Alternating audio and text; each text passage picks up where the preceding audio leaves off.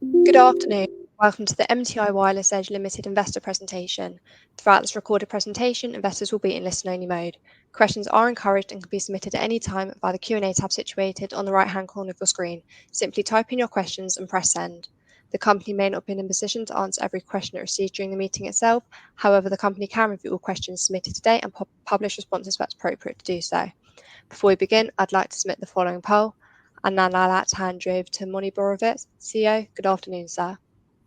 Hi, good afternoon. Thank you, Lily. Good afternoon, everybody, and thank you for joining our interim result presentation. I will start by giving a short brief about the markets we operate in. I think we all experience a very hot summer. We all understand global warming is here and the need to manage water is becoming more crucial, and this is what we do in Motec. The second market we operate in is the backhaul of antennas for backhaul for cellular market, the 5G market. As we all consume much more data, the need to have more capacity in the backhaul is increasing, and this is part of our growth pattern. And the third market is the defense. We all know and felt that the defense budget are increasing quite heavily in the last few years. So you can look on the left-hand side of the slide, how much it grew in the last few decades. And then if you look at the future, at what we expect in the European NATO countries, it's just going to grow from 2% of the GDP to 5% of the GDP. So we expect a very high growth, and this goes throughout the business of MTI. So what was the effect on us in the first half of 25? First of all, we had a very strong result, although we are still operating in difficult environment. Very nice growth in profit, 8% year on year, and falling all the way down to operational profit and net profit, reaching an EPS growth of 17% year on year. And at the same time, we continue to generate cash. I'm happy to say that the operational cash flow was equal to the operational profit, showing the profits are real and we can make cash out of it. In terms of the business itself, I'll start with the defense. It continues to grow. We have a very nice backlog. We announced several large orders already during this year. Some of them are going even to continue into 26. And we see a lot of opportunities ahead of us. We are bidding quite a lot of projects, and I assume that the larger project that we bid, the better success potential that we have. In the water management solution, I think that the key progress we did is the launch of the Elite Pro unit. It's a controller developed by us, and it increases the addressable market we can approach, and I will elaborate about it later on. In the 5G backhaul market, as you all know, we operate quite heavily in India, and this was the biggest market pushing in the last 12 months. It continues to be very sporadic, so it's very hard to predict, but overall we are positioned well and we see business coming out of it. At the same time, our automatic beam steering antenna solution, the ABS, has moved into production. We are now in trials within the cellular operator, tier 1 and 2 cellular operators, mainly in Europe, and it looks quite promising. In terms of technology advantages, we announced several contracts with new technologies, including beamforming antennas. This was for a drone video management solution, and we have many other solutions that we are advancing our technology, and I think that this is part of the growth that we see in the defense business and we expect to continue. Talking a little bit more about each of the divisions, so I will remind you that we are working with collaboration with Motorola in the water management solution. Most of the hardware is coming from Motorola, and our IP is based mainly on the software right now.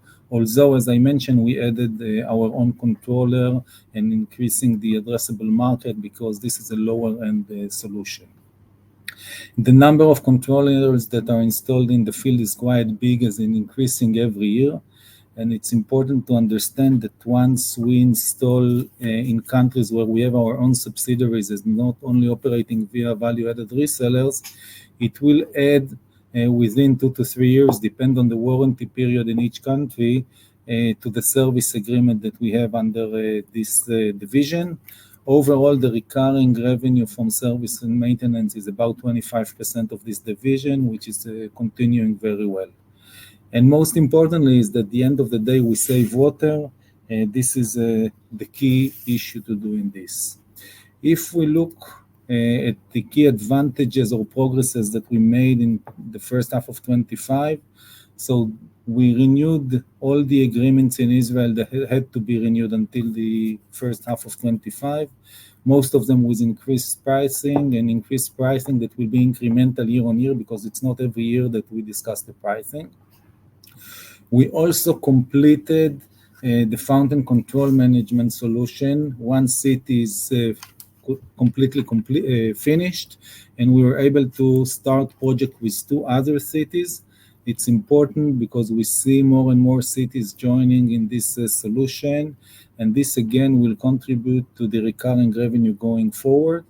I think that after the 4th or 5th projects in Israel, we will take it elsewhere in the world because we see that there is a lot of demand for that. About 2 months ago, we announced on a nice project in Italy, about 1 million euro. It progresses well. Most of the revenue will, of course, be in the second half of this year, and we expect this to develop even further. In France, we are working mainly in southern France in the vineyard market with the Andromeda solution, which allows you to get allocation of water in order to meet the capacity demands there because you cannot open all the pipes at the same time. And here I can say that we are working already with 12 water consortium and thousands of farmers, and this continues very well. We are working for a long time in the Arabian Gulf. It was mostly in the landscape market, and we just now penetrated into the agriculture market, again with our value-added reseller in this market, and this opens very nice opportunities to us in this market as well. And as I mentioned, the key success for us is the Elite Pre-Controller, that it's our own IP. It allows us to go to really new markets and open more markets for us. So far, we sold hundreds of controllers that are already operating in the fields.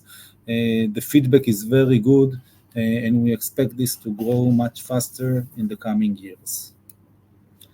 Moving into the antenna division, I think this is the star of the first half of 25. We are operating in both commercial and military. Just to remind you that in military, we do everything from airborne to submarine types of antenna, including manned and unmanned vehicles. And we did a lot of advances technology-wise, whether it's the beamforming, where is it proximity sensor, and so on. So we see a lot of enthusiasm about the technology and where we can take it in the defense market. In the commercial market, we are operating, as I mentioned, in the 5G, which is the biggest commercial part of the antennas right now. And we are also working in fixed broadband access, the legacy part, which is slowing down a little bit, and RFID, which is again more project-oriented. If I focus on the 2 key parts of the antenna business, the 5G backhaul and the military, so talking about the 5G backhaul, revenues are continuing to grow quite high. It doubled in 24, and then we had a further 40% growth in the first half of 2025. We feel good about this market. Again, the key pusher for this market was so far India. It's very sporadic, so it's hard to predict how it continues. But at the same time, we see the demand coming for the multi-band solution we have, and the ABS, as I mentioned, that is progressing very well. In the military antenna, quite similar to the 5G backhaul, we've shown a very nice growth in 23 and 24. Combined, it was 70% growth over 22. And again, in the first half of this year, a very strong growth of over 40%. It's not only the technology, it's also, of course, the defense budgets that are increasing. We see a change in Israel that the big system houses like the Cobham and Smiths from the UK, the local system houses here in Israel, are looking to outsource more of their antenna production. We already won several bids and are continuing to bid on new projects. And assuming we can win some of them, again, it's for long-term production capability and it will add a lot of value to the company. We see a lot of requests coming from the international markets, mostly from NATO-based countries, to different types of antennas, and some projects we already won and some are in bids stages. And as we announced in the beginning of 25, we won a very large production order for a system house here in Israel. It's a very advanced system. The antenna involved in this project also has some unique manufacturing technology that we have. And we know that our customer is bidding a lot of projects outside of Israel currently, and hopefully they will win and it will come back to us as well. So overall, the defense here is looking very well for us. Moving to the distribution and special consulting services division. So first of all, I remind you that as a distributor in Israel, we are one of the largest in RF and microwave, and it continues to go very well. It's focused a lot again on the defense market, but also part of the overall high-tech hub that we have here in Israel for all the international companies. We continue to support various tethered balloon projects, as you can see at the bottom picture to the right. This is not only in Israel, it's also outside of Israel, and we always have teams outside of Israel that are supporting the customers. And as defense is becoming something that is required worldwide, we see some tenders in this area as well outside of Israel.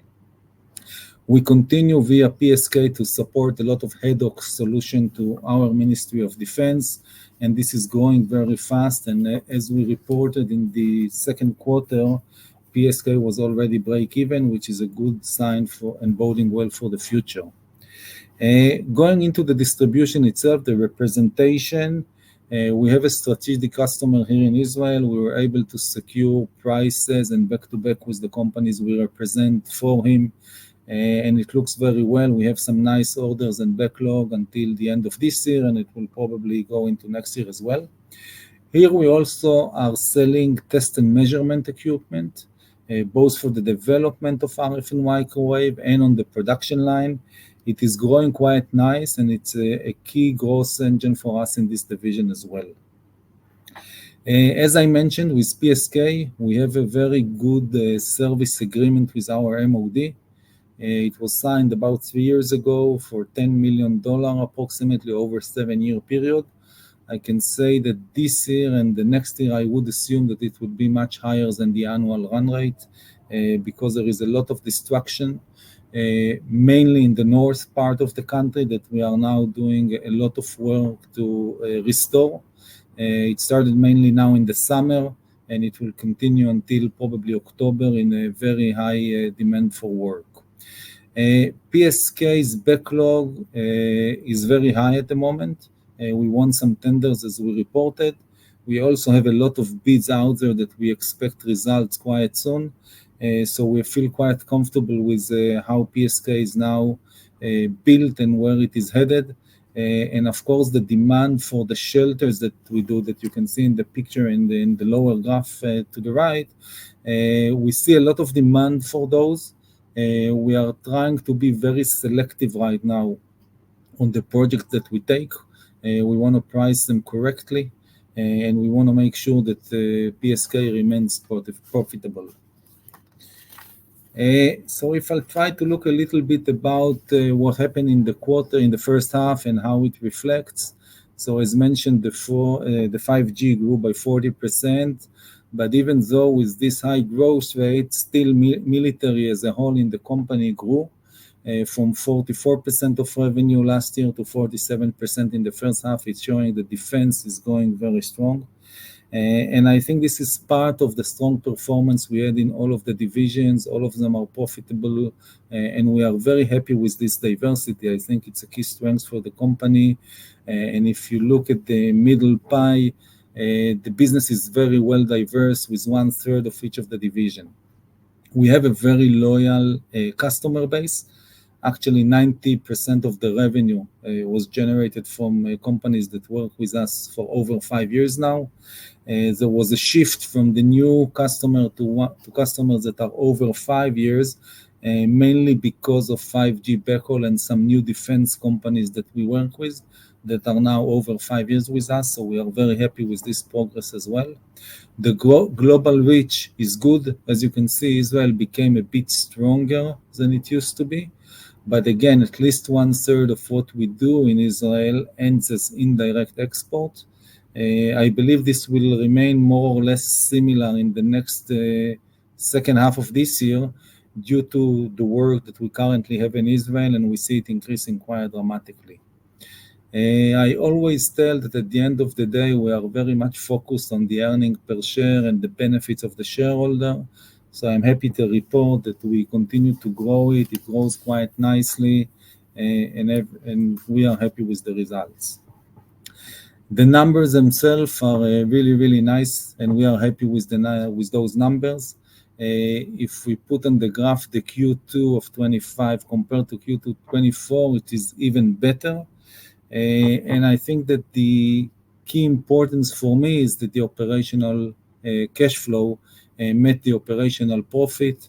It will not always be like that, but we were very cash generative. I can say that usually in the defense market, the payments are safer but are slower. The terms are a little bit longer. Nevertheless, this first half we were very strong on collection, and it reflected in the profits and the cash flow.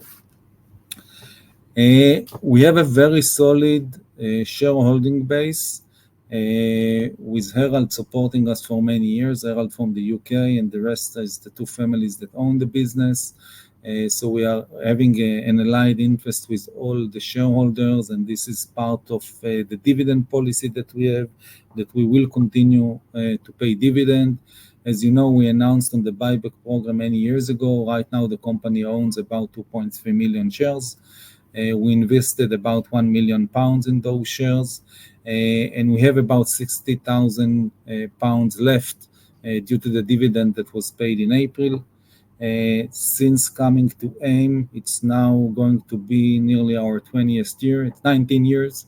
We paid the dividend each and every year beside one, and I think that we will continue with this dividend policy. So if I summarize, a very good start for the year, a very good backlog and pipeline of opportunities. We are in key growth markets, whether it's the defense, the 5G, or the water management. We expect the business to continue and grow. We have a strong balance sheet. We are looking for M&As. It was not on the table, I would say, in the last 18 months due to the issues we had here in the country and the need to see that we can operate as usual. As you can see from the result, we are operating almost as usual, but with the current strong backlog that we have in pipeline of opportunity, we are quite confident about where we are headed. And as always, we will look for M&As only if they are profit enhancing. And with this note, I want to thank you again for supporting the business, and I'll be happy to take any question you may have. Moni, thank you very much for your presentation this afternoon. Ladies and gentlemen, please do continue to submit your questions just by using the Q&A tab situated on the top right-hand corner of your screen. Just while the company take a few moments to review those questions submitted today, I'd like to remind you that a recording of this presentation, along with a copy of the slides and the published Q&A, can be accessed via your investor dashboard. Moni, as you can see, we have received a number of questions throughout today's presentation. Can I please ask you to read out the questions and give responses where appropriate to do so, and I'll pick up from you at the end. Okay, there is one question from Jasvir. Given the recent geopolitical situation in Israel, how is the company managing operational and financial risk? What contingencies are in place if conflict prolongs? So first of all, as you remember, about half of our business is outside of Israel, with subsidiaries all over the world, including the manufacturing facility in India, where we manufacture most of our commercial antennas. So I think this is one contingency. It's easy for us to move production if we need. We have two facilities in Israel with a redundancy plan that really, within days, we can move most of the people from one side to the other, engineering-wise. I must say, and I will not go into political discussion, is that if you follow the news, at the end of the day, it's all about people. The vast majority of the people in Israel is supporting to end this war, to return our hostages, and unfortunately, we have selfish government. But I do believe that we are not too far from the end. Mark is asking why the general and administrative cost rise so much. If you remember, we just had the CEO in the antenna division resigning in April, and we approved to give him some adaptive grant. So actually, we are paying for two general managers in the antenna division until July, August time, and then it will drop. Overall, I'm quite confident the next year the G&A will be much lower. Why do you have net interest charges given your healthy cash position? Again, for Mark, it's not really interest, it's more the currency exchanges. We operate in shekel, we report in dollar. So when the shekel and it strengthens a lot against the dollar in the first half of the year, it means that the salary and the costs are higher. At the same time, we do some work in euro, and the euro strengthens against the dollar. So again, the inventory and all those stuff created some finance expenses for us. Please comment on the outlook for the tax charges presented over the next 2 to 3 years. Tax charges are very, very difficult to predict, again, because we operate in many countries and we report most of the assets here in Israel in shekels, and again, the exchange rate influence it a lot. Overall, I would assume that we should be somewhere between 16 to 18% tax range. Why is the share price underperforming? I think that the investors are smarter than me, so I can only say that we did the buyback because we thought it was good for trading and the price was right. How is the current situation in Israel affecting your operation? Are there any issues with your supplier? Are many of your employees serving in the army? So first of all, the only effect we had on suppliers came actually from the tariffs between the US and China. We had to buy some magnets for some of our antennas, but I can happily say that it is now resolved. Some of our employees are serving in the army, but others are covering for them. We are not at 100% capacity, 100%, but this was the situation over the last 2 years. And I think that overall, there is very limited effect of the war currently on our business. I think that I've answered them all, didn't I? Moni, thank you for answering all those questions you can from investors. And of course, the company can review all questions submitted today. We'll publish those responses on the Investor Meet Company platform. Just before you're redirecting investors to provide you with their feedback, which I know is particularly important to the company, Moni, could I please just ask you for a few closing comments? Yes, once again, I want to thank everybody who attended the call. I want to thank you for your support, and we are very excited about where the business is headed. Thank you. Moni, thank you for updating investors today. Can I please ask investors not to close this session, as you'll now be automatically redirected to provide your feedback in order that the management team can better understand your views and expectations. This will only take a few moments to complete, and I'm sure will be greatly valued by the company. On behalf of the management team of MTI Wireless Edge Limited, we'd like to thank you for attending today's presentation, and good afternoon to you all.